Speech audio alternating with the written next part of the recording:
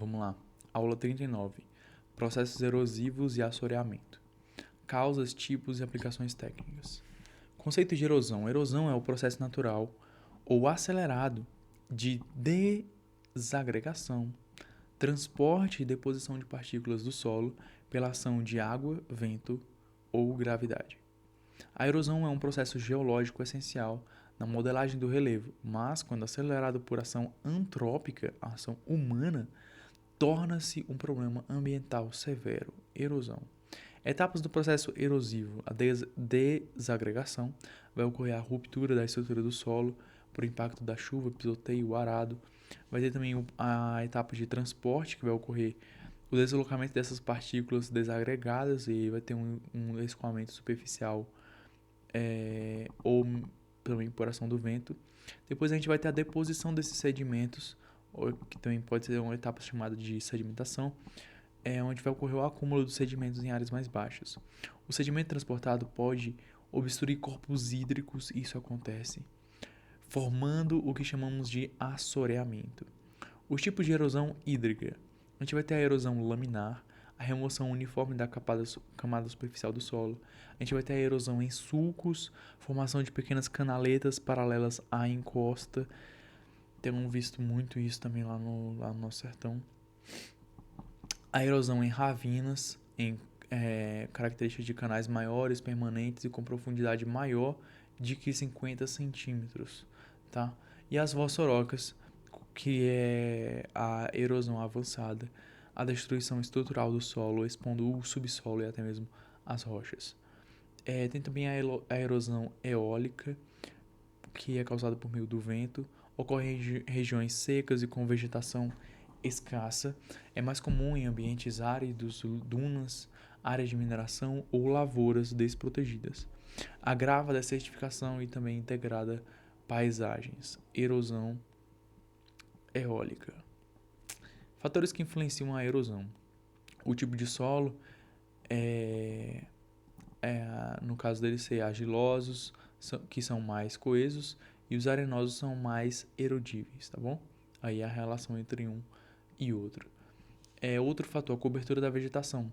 A vegetação protege o solo contra o impacto das chuvas e do vento. Outro fator, declividade. Áreas inclinadas facilitam o escoamento superficial. Também a questão de como o solo está sendo utilizado, né? Como ele é utilizado. Se tem um cultivo adequado ou inadequado, um pastoreio excessivo, se tem desmatamento. E também a questão das chuvas intensas, que podem aumentar a energia de impacto e o volume de escoamento, tá bom? O assoreamento, definições e consequências. Assoreamento é o acúmulo de sedimentos sólidos, e aí a gente vai ter solo, matéria orgânica, lixo e detritos, no fundo de corpos hídricos, tá bom? Então o assoreamento não é só solo sendo acumulado ali no fundo de corpos hídricos, como rios, lagos, açudes e represas, mas também o acúmulo de matéria orgânica, lixo, detritos e outras coisas. As causas tem a erosão hídrica descontrolada, que às vezes é até mesmo natural, mas também tem a questão do desmatamento das margens, as atividades agrícolas e minerárias ali próximas às margens e a urbanização sem controle de drenagem. Problemas. Consequências. Impacto.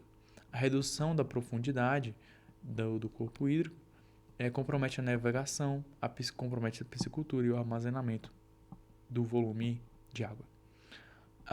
Vai ocorrer, claro, a perda do volume útil, vai reduzir a capacidade do reservatório e das hidrelétricas, vai ocorrer a deteriorização da qualidade da água, aumenta a turbidez e a contaminação, vai ter impactos ecológicos porque vai prejudicar habitats aquáticos e zonas ripárias, vai ter o agravamento de enchentes, que elevando o leito do rio, reduzindo a capacidade de escoamento também.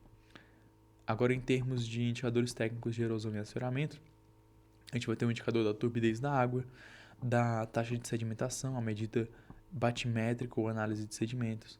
Vai ter também a taxa de perda do solo, toneladas hectares por ano, estimada pela Equação Universal de Perda de Solo, EUPS, também em questão de mapas de declividade e uso da terra. Técnica de controle e prevenção. Em áreas agrícolas tem a técnica de plantio em curvas de nível, já falamos disso, cobertura morta, mulching, muito útil, protege o solo contra o impacto da chuva direto. Tem também a técnica de plantio direto, que evita o revolvimento do solo, evita também a questão das queimadas, né? Cordões vegetados, barreiras naturais para reter sedimentos, isso também ajuda muitíssimo, muitíssimo. O pessoal da agricultura familiar faz isso muito, principalmente hoje em dia, né, com maior educação o maior acesso que está tendo à educação ambiental. E também a técnica de terraços, que vai ocorrer a divisão do fluxo de água, reduzindo a velocidade desse fluxo. Em áreas urbanas e margens, a gente vai ter medidas de reflorestamento das APPs, controle de drenagem urbana, a bioengenharia de solos, com o uso da vegetação e estruturas vivas para contenção, barraginhas, né, bacias de retenção, reduzindo a carga de sedimentos no corpo d'água final. Aplicações em perícia ambiental, a gente vai ter a erosão em áreas rurais, que vai ter que tomar o adequado manejo, vai ter a questão de assoreamento de lagoas e represas, desmatamentos de APPs, contaminação e cursos de água e também a responsabilidade civil, né? Algumas das nossas referências aqui. E é isso. Até a próxima aula.